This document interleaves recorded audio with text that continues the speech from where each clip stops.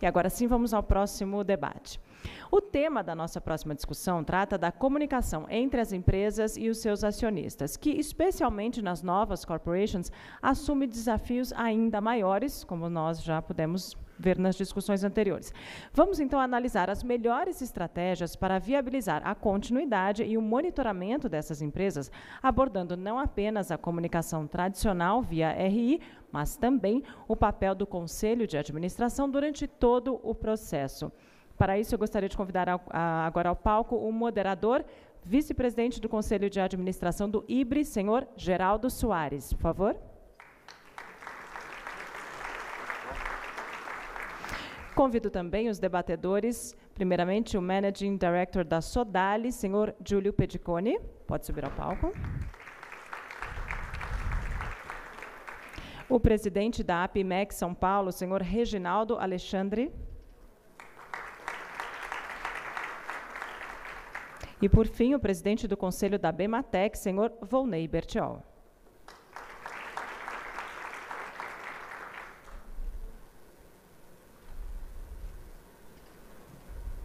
Passando a palavra, então, ao moderador, senhor Geraldo Soares.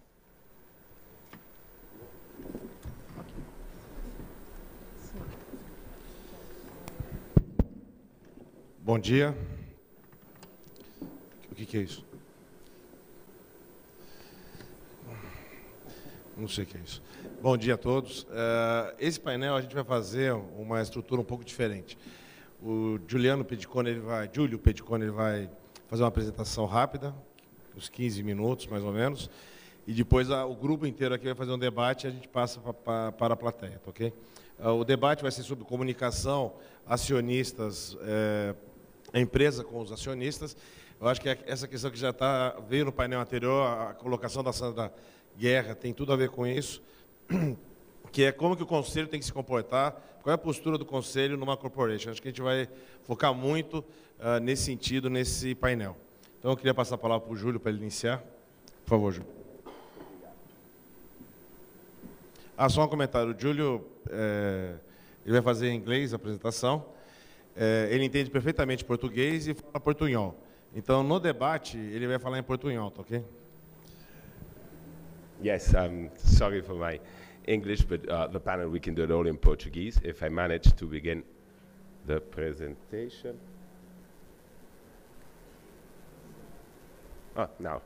Fantastic. So when Mauro asked me to speak about the topic of company communication with shareholders and governance and policy matters, I thought that my scope should not limit itself to give you some case studies from our experience, situations in which companies and initiated by companies or shareholders in which have led to positive results, the rules of the game to a certain extent, but especially try to answer a fundamental question, or at least give some hints to answer a fundamental question, whether this works or not, whether in effect company communications with shareholders on governance matters offers both for companies a better way to manage their corporate governance responsibilities, but also for investors a better way to exercise their stewardship duties, their oversight over portfolio companies. One thing before going into the topic is, here we are speaking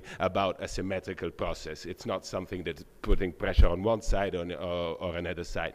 Both parties have to be convinced that communicating on corporate governance matter is a better way, or it's a progression towards finding a better mutual agreement. They have to organize themselves internally, which is not easy, both for companies and for shareholders.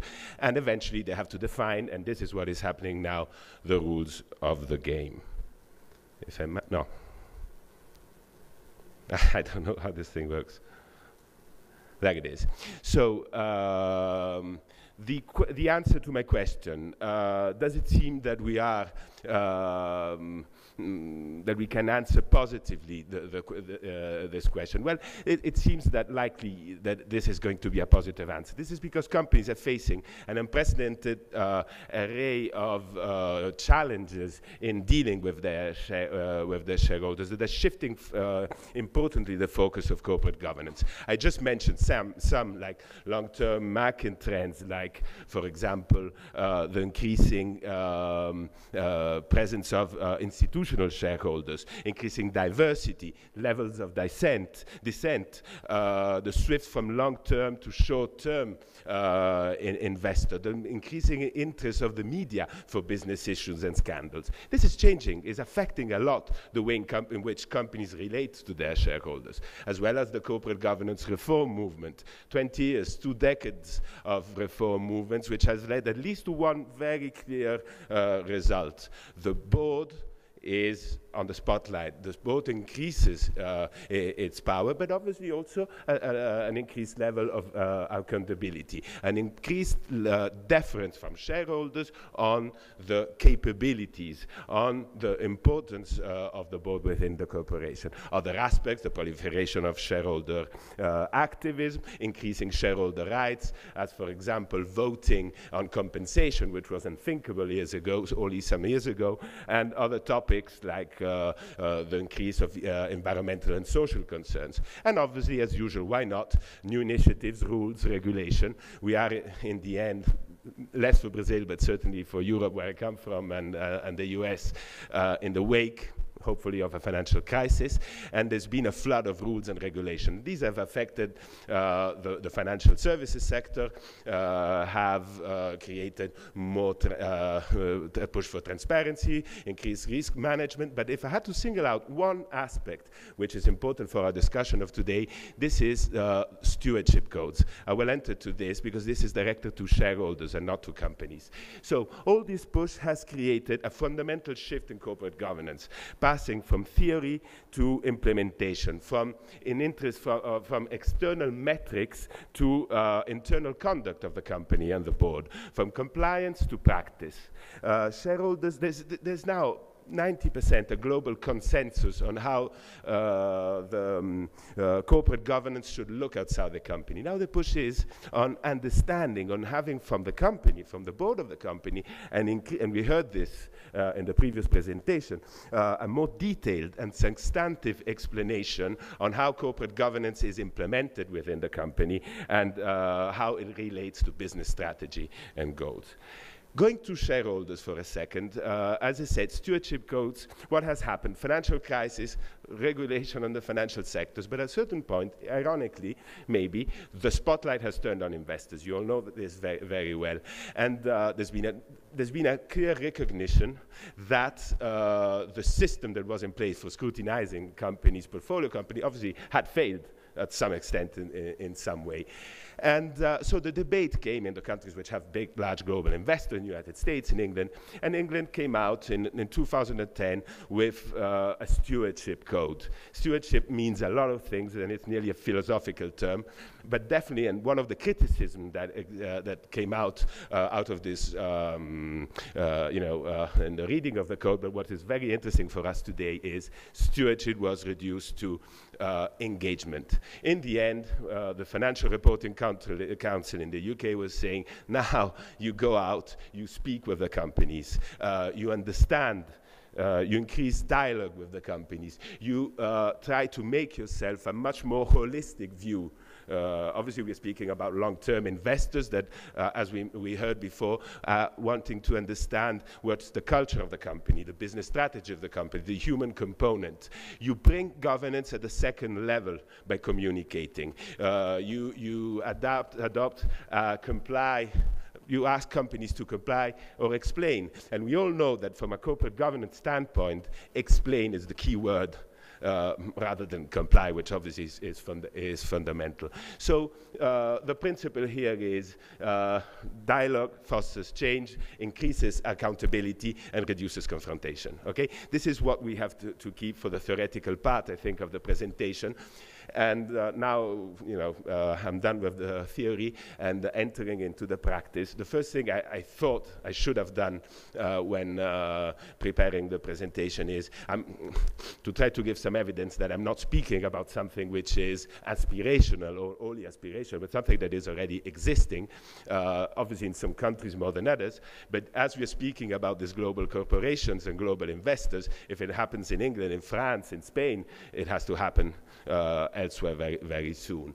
And the numbers surprised me too. This is all public numbers, so there's it's not even from our experience. Are investors and company engaging, speaking, communicating about governance, not only about financials?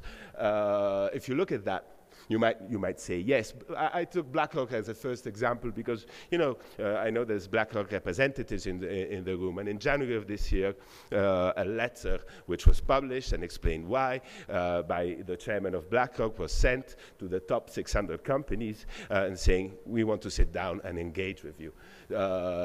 Vanguard, Fidelity are implying since this year the same model. I took an example, and think of it. I mean, 600, 500. It's a huge commitment. I mean, this is what I think is important to think, besides the dynamics which we'll go after. I took a very US example, the example of CalSTRS, the Californian Teachers Retirement Fund, because this is really what this communication on government matters should mean. CalSTRS filed 28 resolutions, shareholder resolution, this is a US topic obviously, at AGMs of US companies, and following an engagement, it withdrew 21 of these 28. What that does mean, if you look at if you ask the investor is going to say, we were able to exercise sufficient pressure to have the company understand. If you ask the company will tell you that we've been able to explain why this makes sense for us, especially, and to get the trust and the approval for our resolution. As always, the truth with communication is in the middle, and it's the very interesting part of what we're speaking today. Going to companies, in the US, I just got a study from Pricewaterhouse that says that 60% of the boards engage regularly with their shareholders on governance matters, not even company, the boards. This is experience drawn, estimates from our experience. Look at France. In France, we estimate that, between our clients and other companies, 1 out of 2 companies have a plan every year in October, November to outreach about the topics of the general meeting. I have an example of UBS, which is very public. After 3 years passing their resolution on remuneration with 52%, 60%, the chairman of UBS said, okay, now it's finished. We cannot take this risk anymore. And we are going to outreach our shareholders. We want to understand. Unless we know what we're doing wrong, then it's always the company, the board that decide. That is very clear. We'll get into this. But it is important to mention this. And the last part of my presentation, I finally got this. The last part of my presentation goes on the rules of the game. Obviously, it's something that began in 2010 as an industry, if I may say like that. So, obviously, what I try to do in these 3 slides is to sum up why you would do it if you're a company or if you're a shareholder, why this would be useful for you, how, what, the when, the basic questions. The basic questions for defining the frame and the battle camp and deciding whether to engage or not, both for companies and for shareholders. Both can initiate the process. We're speaking about communication. So the why, we've been speaking about it. I'm not going to go further on this. There is a general interest, which I wrote. I try to summarize and increase mutual trust, alignment between companies and investors, and obviously there are objectives for both of the companies and both the investors, which I mentioned there. I just wanted to raise the attention on what the perfect engagement should look like. And there is quite of acceptance from both boards, companies and shareholders that this is the perfect engagement outcome, if I may seem. Have the company very aware of what are the concerns, the expectations of the shareholders, so that they are articulated clearly, but in the end, a deference that the board, it is the duty of the board to take the decision which believes obviously being in the right interest of the corporation and its shareholders, and protect and enhance shareholder value. This comes to the capability of taking decision you were mentioning before. So, I mean, we are in a world of reducing confrontation, increasing accountability, obviously, on both parts to a certain extent. The how would you do it? So it's clear that if you look at where I wrote escalation, negative voting, filing shareholder resolution, divesting, that is the classical, you know this very well. The novelty, to a certain extent, is in these private discussions between the parties in which, the company listens to the concerns and expectation, the long-term structure, on the succession planning, on the governance-related topic. And there's another question whether this has to be done alone or collectively. There are many attempts to try to do this collective discussion between companies and shareholders. The truth is that it's already so tough to put together meaningful representation of the companies and of the shareholders, and we'll get this, that, now what we're experiencing is one-to-one, let's say, meetings. The when and the what, also to go quickly, can be put together.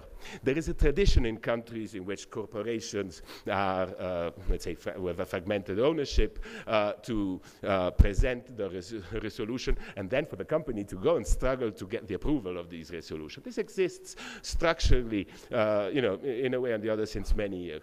The difference now, obviously, when you're doing that, you are a bit handcuffed to a certain extent. The topics are the AGM topics. There's nothing you can really change. There is one extreme that to retire, to withdraw the resolution, which it's something everybody would like to accept. And the discussion is meaningful but restricted to the urgency and to the topic. The whole point of this communication is now, when I'm speaking, is already companies going out and reaching shareholders, and speaking about the corporate governance, about AGM topics, about topics that are out of the AGM, because that leaves them time in November, December, January to reconsider, in the terms I was saying before, to adapt, to explain, in the case in which they decide, that too bad for the concerns, but we have to go in this direction.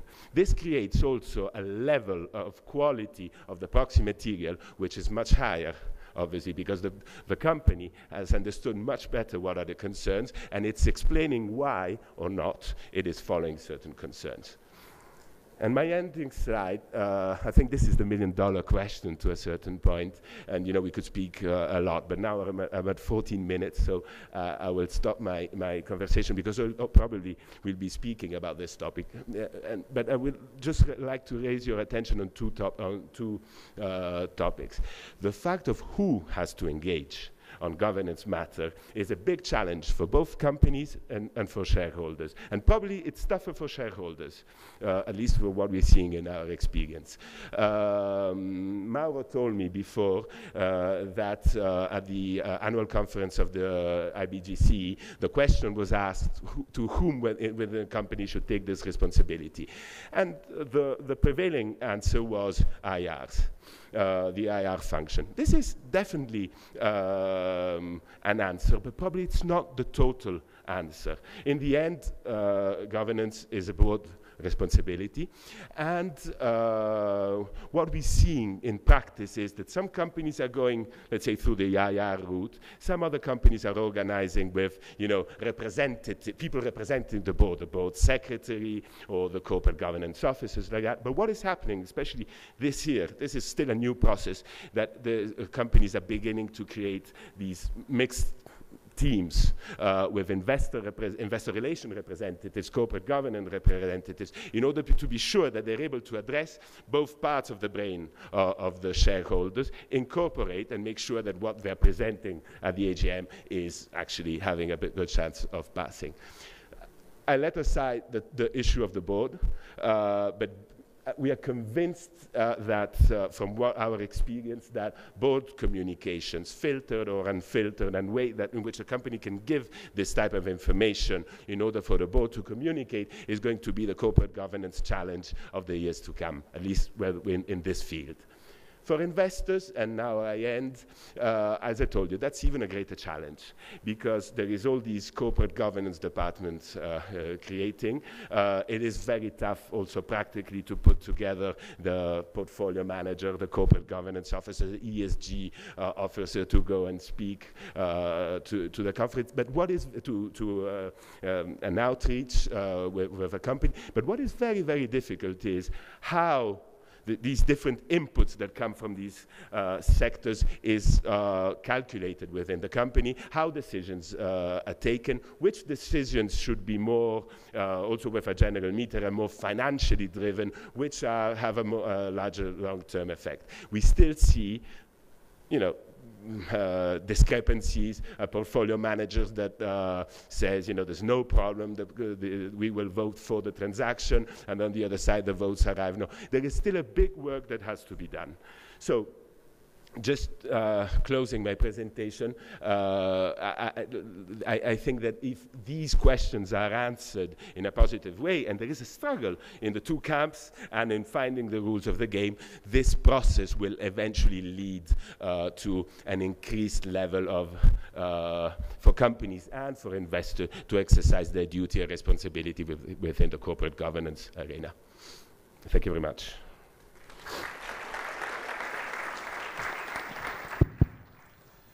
Bom, obrigado, Júlio. Maravilha, por favor. Bom, a gente vai discutir aqui, então, a comunicação entre uma empresa e o acionista numa corporation, né? Uma empresa sem controle definido. Eu queria fazer uma separação para os demais debatedores aqui, no seguinte sentido: a gente não vai falar aqui de relações com investidores, não é isso que nós estamos tratando aqui, certo? Relações com investidores, eu acho que até vocês receberam aí o material do CODIM, melhores práticas de divulgação de informações, acho que tem um trabalho bem interessante que continua sendo realizado. As empresas têm que fazer melhores práticas de comunicação com os analistas, com o mercado em geral, não é isso que nós vamos debater aqui. O que a gente vai debater, numa corporation, aumenta muito a responsabilidade do conselho, por ser uma corporation, por não ter controle definido, e também aumenta muito a responsabilização dos investidores, quem está investindo naquela companhia. Acho que é um debate bem interessante para ser feito aqui na MEC. O próprio mercado investidor, os acionistas daquela empresa que ele está investindo, ele tem que acompanhar, ele tem que discutir estrategicamente aquela companhia, ele tem que estar presente naquela companhia, tem que estar conversando com aquela companhia. E até na visão do Júlio, que ele colocou aqui, eu acho que muito bem, a posição do conselho é fundamental. Pode ser um porta-voz, pode ser de outras formas. Eu acho que é isso que a gente gostaria. A provocação que eu gostaria de fazer, principalmente para o Reginaldo e para o Volney, as experiências que eles têm em conselhos, o Reginaldo também, além disso, como presidente da PMEC. Como será que deveria ser esse relacionamento? Será que a gente deveria estruturar? Será que deveria estar no regulamento interno da companhia? Como que os investidores e o Conselho de Administração podem interagir, visando agregar valor para a companhia, melhorar cada vez mais a companhia, ter uma comunicação adequada, efetiva, e não só na época da Assembleia, né, não só quando vamos votar, não, mas durante o processo da companhia. Como que a gente faz isso? Como que a gente pode construir isso, estruturar isso com uma boa governança corporativa? Volney? Obrigado, Geraldo. Bom dia a todos. Eu gostaria antes só fazer um comentário. Eu acho que a experiência minha nesse processo, ela é curta no tempo, mas talvez longa, né, na profundidade.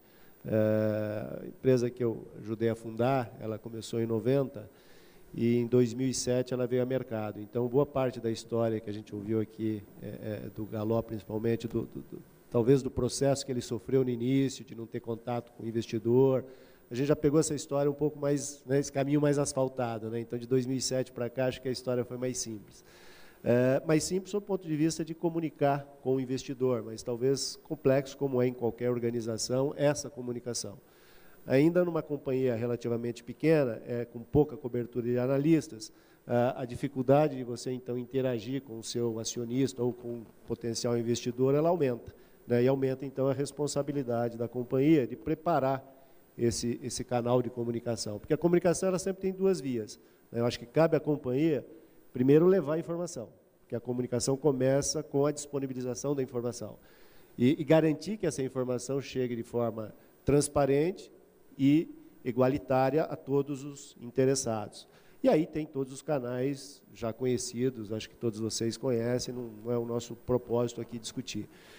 Ocorre que, em algum momento, você tem que tirar um pouco mais do teu acionista. Ou seja, ele, quando toma uma decisão de investir numa companhia, ele toma uma decisão pelos números, pelo que é a companhia hoje, mas ele também quer olhar o futuro, né? E muitas vezes esse futuro você não consegue transmitir racionalmente, em números, em papel, em texto, e às vezes isso está na emoção, está no olho, isso está naquele sentimento de confiança que você precisa interagir.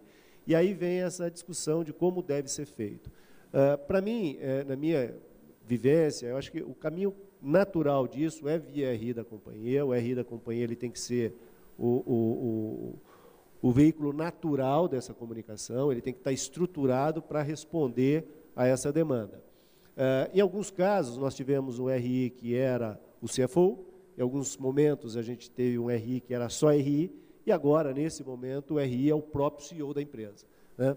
Por que isso? Porque a companhia é um órgão, é um ente dinâmico, os seus acionistas mudam, a configuração dos seus acionistas mudam, a demanda de informação dos acionistas mudam conforme for o tipo do acionista que está interessado e está investido na companhia. Então, você tem que adequar, e cabe à empresa, assim, criar esse papel de poder colocar o melhor interlocutor possível perante o seu público, o seu mercado. Agora, o RI ele não esgota em si essa conversa, né? E a gente foi percebendo isso ao longo do tempo, e principalmente esse ano, especificamente esse ano, a gente tomou a decisão de que o Conselho deveria ter um papel mais importante nessa comunicação. Ele sempre teve um papel um pouco secundário, meio que de apoio ao RI, de backup, quando de repente tinha alguma informação mais importante, que o RI ficava, ou o próprio CEO ficava um pouco sem, não estava à vontade, então o Conselho estava ali disponível. Ou em momentos esporádicos, no caso de uma assembleia, onde o Conselho então faria interlocução com os seus acionistas. Esse ano a gente percebeu que isso não bastava, né?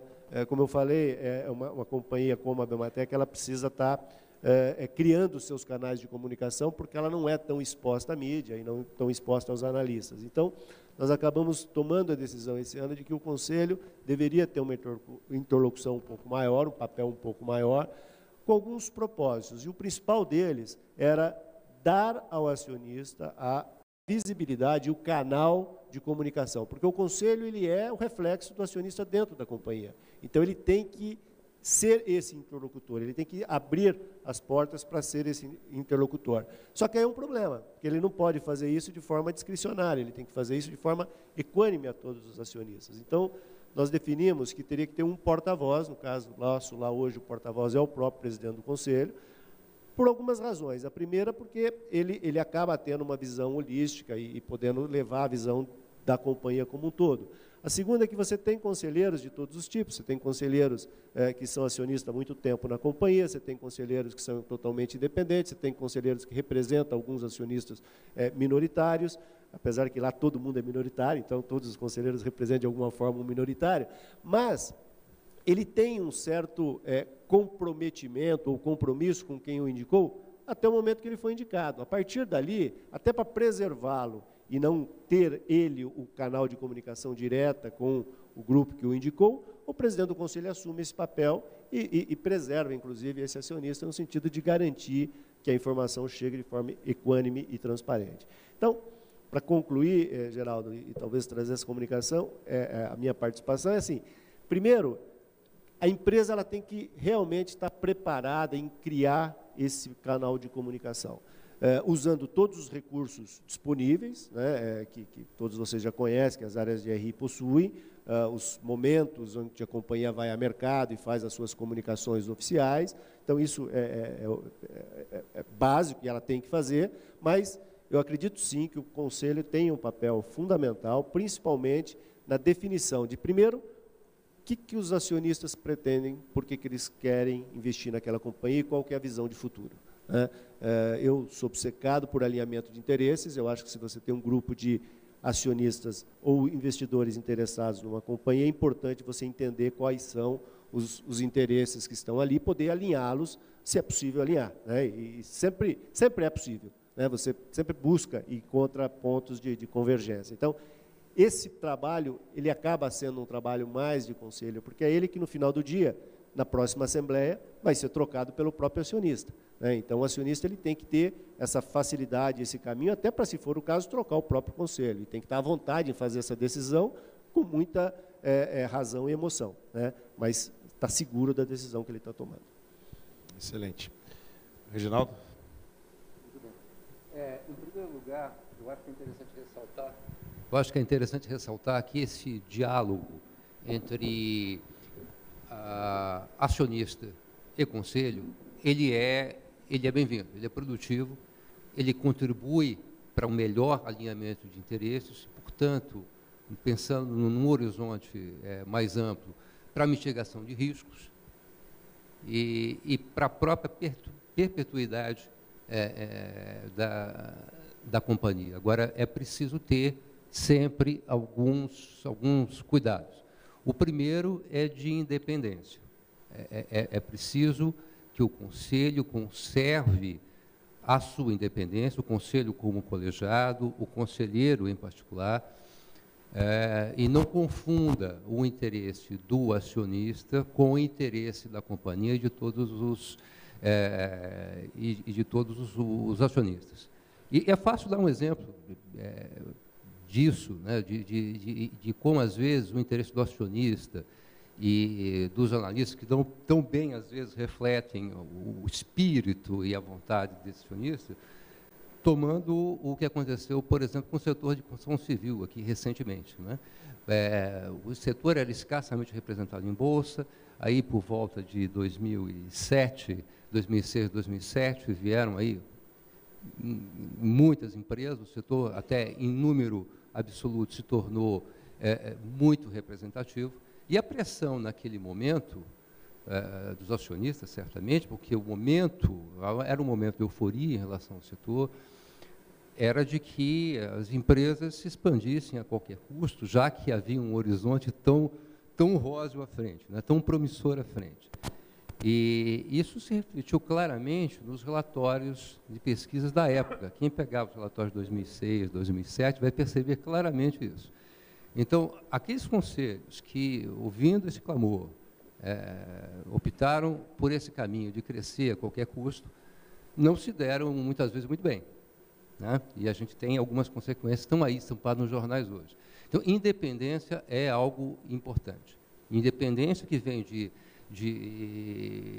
com profissionalismo, com visão de longo prazo, conhecimento do negócio, mas é preciso ter esse diálogo, é preciso conhecer, porque os acionistas, por outro lado, podem dar contribuições muito relevantes, muito importantes. Nós temos, esse é um contra-exemplo, mas nós temos muitos exemplos positivos. Eu tenho um histórico aí, particularmente de 20 anos, como muitos de vocês têm aí em mercado de capitais, e tem muitas histórias de parcerias interessantes que se desenvolveram graças a essa interação eficiente, boa, produtiva, construtiva entre acionistas e conselho. O segundo cuidado é em relação a privilégio, né? Esse diálogo não pode jamais gerar privilégio de acesso, né? Eu não posso permitir acesso somente a um segmento ou outro. Eu preciso arrumar maneiras de propiciar um acesso mais genérico, de forma que a informação flua de lado a lado de maneira simétrica, equânime, isonômica. E a outra preocupação é com a informação, né? A informação em si. Eu, como insider, eu tenho informações privilegiadas. E eu não posso, de nenhuma maneira, privilegiar qualquer acionista, qualquer segmento de acionista, com essa informação, que é uma informação de insider, de quem está dentro da companhia, né? Até porque isso poderia abrir, com todas as consequências que isso teria em relação à informação privilegiada. Mas, tomados esses cuidados, esse diálogo é extremamente positivo, e a razão, o que importa é a maneira como é feito, né? O que eu percebo é uma percepção factual que eu tenho como participante até de conselheiro, no conselho de algumas empresas. Nem sempre o conselho tem uma visão adequada do que o mercado, do que os acionistas pensam daquela companhia, né? Falta um diálogo, por exemplo, com as áreas de RI. Muitas vezes você tem conselheiros fiscais instalados, ativos, né? O conselheiro fiscal ativo pode ser um veículo, se ele for ativo, evidentemente. Ele tem que ser esses eventos que nós fazemos, os roadshows, né? A participação de conselheiros nesses eventos, é difícil ver um conselheiro no evento APIMEC, é difícil você ver um conselheiro acompanhando um roadshow, né? Nós tivemos uma série de exemplos, o Galó mesmo deu exemplo, de roadshows, né? E onde você pega informação, quem já fez isso, rodou o mundo, fazendo esses roadshows, aqui internamente também, percebe, você tem uns insights muito interessantes, né? Mas o conselho, muitas vezes, ele não tem acesso a essa informação, porque falta um diálogo, né? Não tem fluidez da informação entre as áreas da companhia. Então, esse diálogo começa em casa, é preciso azeitar a comunicação interna. Isso é uma coisa que a gente percebe, e eu estou passando isso como experiência pessoal, né, de participação em conselhos. Muitas vezes a gente encontra esses canais obstruídos. Então, a primeira coisa a fazer para azeitar esse diálogo e para que a companhia possa se beneficiar dele é desobstruir esses canais internos de comunicação, né? E aí você pode ter iniciativas adicionais para disseminação de informação. Essa ideia de ter efetivamente um interlocutor designado pelo próprio conselho para fazer essa mediação é uma ideia interessante, mas existem outras formas. O importante é que esse diálogo, tomado aqueles cuidados em relação a privilégio, em relação à independência, ele pode ser, e normalmente é, muito construtivo.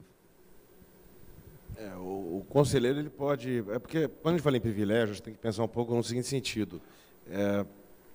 Ele vai mais ouvir do que falar, né? Ele saber o que o mercado investidor, aquele acionista efetivo dele... Exato.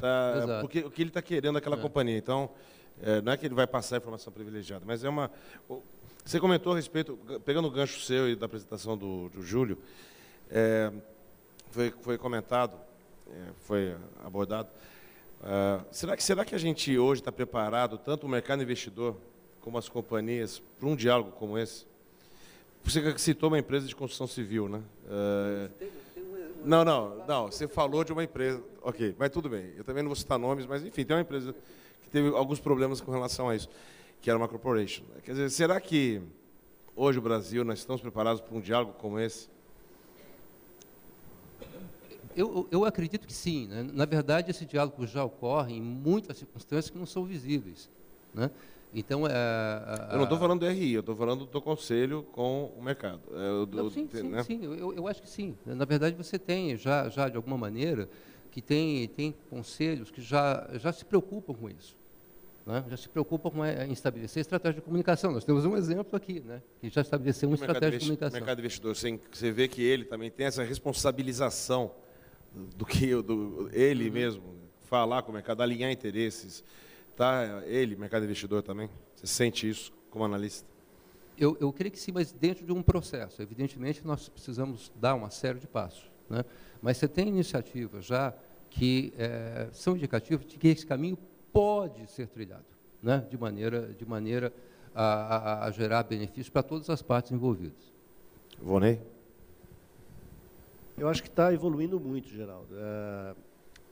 A gente tem uma infinidade muito grande de tipos de investidores. Eu acho que já tem aqueles investidores e até acionistas que assumiram esse papel, ou seja, ele compra um pedaço de uma empresa, ele tem uma responsabilidade de cuidar daquele pedaço, né, daquela empresa, não daquele pedaço, mas daquela empresa que ele comprou. Eu diria assim, que na evolução aí desses anos, eu tenho percebido que aumenta essa consciência. E, por outro lado, aumenta também a abertura da empresa, né, para essas duas questões, de transparência e equidade das informações. Então, eu acho que é um caminho, comunicação é dois lados, acho que os dois lados estão amadurecendo. Acho que o investidor, de maneira geral, Tem ainda aquele que não quer, não se preocupa, olha o número, e você até tenta abrir um canal e fala, não, eu estou tranquilo, toca lá. Né? E tem aquele que fala, não, eu quero entender um pouquinho, deixa eu entender um pouco mais da estratégia, ou seja, é aquele olho no olho para entender aquilo. Não é que é uma informação nova, diferente, mas muitas vezes ele quer checar. E você citou um ponto importante, que eu acho que isso é fundamental. Cabe aí ao próprio RI, mas principalmente ao Conselho, lembrar que tem 2 orelhas e uma boca, né? Ou seja, ele está muito mais para ouvir que para falar. Plateia tem pergunta? É bom quando a gente chama a plateia 10 minutos para o almoço, né? Excelente. Bom, já que ninguém tem, o moderador tem a prerrogativa, eu continuo. Não, Mauro, agora passou a vez, agora me continua. Eu sou o moderador. Não, estou brincando, por favor. Eu ia fazer uma para o Júlio, mas tudo bem. Não, faz, por favor. Você é o presidente tem prioridade. A impressão que eu tenho é que o Conselho era uma caixa preta e está entrando na sala do Conselho essa discussão de se comunicar. E essa discussão encontra alguns fenômenos bem brasileiros, né? Quer dizer, você tem o conselheiro do controlador, o conselheiro interno, você tem o conselheiro que foi indicado por um investidor, que é erroneamente chamado de representante do fundo X, legalmente isso está equivocado. Você tem o gestor de investimentos, que às vezes é conselheiro, né?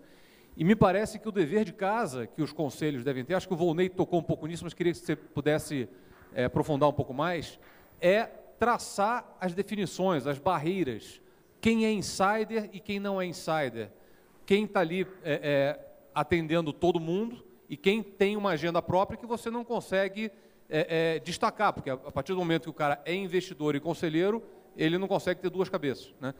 Esse processo de definição de papéis, ele é importante, ele está acontecendo? Como é que vocês veem isso? Mauro, eu acho que ele é fundamental. Eu não sei se ele está acontecendo, mas ele efetivamente ele tem que ser trabalhado internamente lá. Por isso que eu comentei que a gente até acabou criando essa figura. O porta-voz oficial da companhia é o diretor de RI. No nosso caso, coincidentemente, é o próprio CEO da companhia. E tem um porta-voz no Conselho para esses momentos de diálogo, exatamente para poder tentar, eu não diria neutralizar, mas pelo menos deixar claro para os membros do Conselho que existe um canal oficial de comunicação.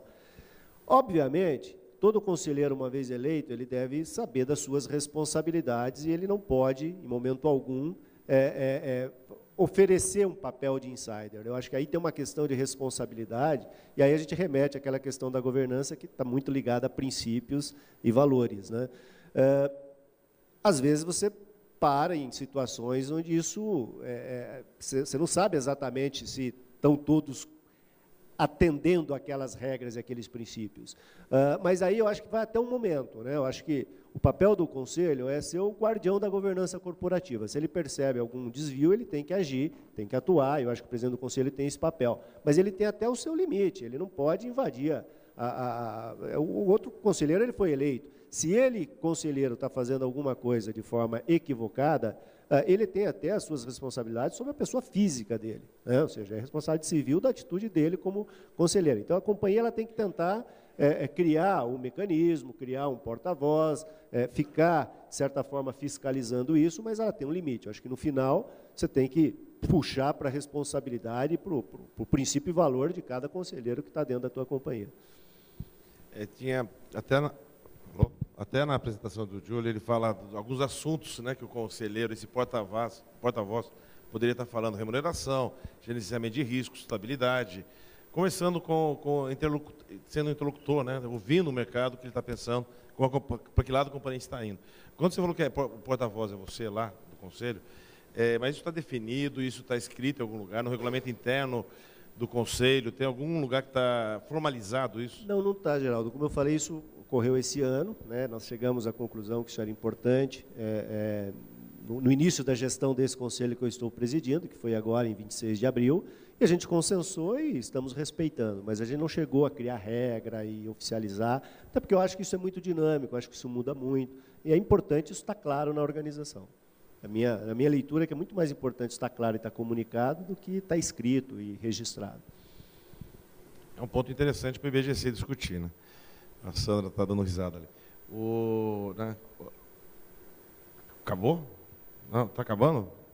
Pessoal, o Mauro está com fome, acho que é isso. Eu só queria fazer uma pergunta para o Júlio. Ele vai falar em portunhol, mais ou menos. Mais ou menos. Quando você fez a apresentação, você falou do porta-voz. Isso na Europa, nos Estados Unidos, você tem exemplos de que tem uma formalização desse porta-voz do Conselho, que discute com o mercado acionário? Sì, esiste la figura del lead independent director in certi paesi, in certo tipo di impresa, però muy rápidamente con algunos datos. Hemos hecho un survey a inversores globales sobre con quién querían hablar de la remuneración del management. Esto es un tema del board, claro. Y las contestaciones fueron, esto no es portuñol, es español, pero vamos, las contestaciones fueron, la primera, queremos hablar con el chairman del board o con el lead independent director. La segunda step fue con el chair del compensation committee, está claro. El tercero es alguien que represente el board en este proceso de decisión, de vincular la remuneración del management a la estrategia de la empresa y que lo pueda explicar, no lo puede hablar el management. Y entonces el secretario del consejo, el corporate governance officer, alguien que hable por cuenta del board. Y cuarto, no cuarto con un resultado muy bajo, porque todavía estamos definiendo este mundo, el mundo del Investor Relations. Por lo tanto, el challenge, el desafío para la función de Investor Relations es esta: cómo proporcionar información al board sobre los inversores, sobre sus políticas, cómo crear un canal de acceso para que luego se pueda transformar esta comunicación. En un cierto momento, ¿quién es menos importante de qué? Y el challenge es todavía muy alto, porque los temas son distintos, los audience son distintos en los inversores y en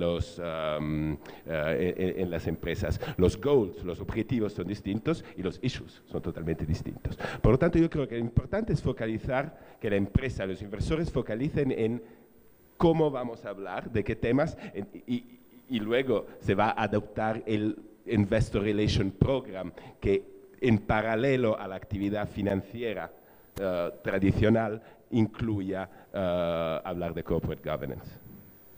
Perfeito. Queria compartilhar uma questão com vocês. Quando eu tive a oportunidade de uma vez ser chamado para uma reunião, onde um conselheiro da Bolsa de Nova York, ele veio para o Brasil e visitou as maiores companhias brasileiras para ouvir.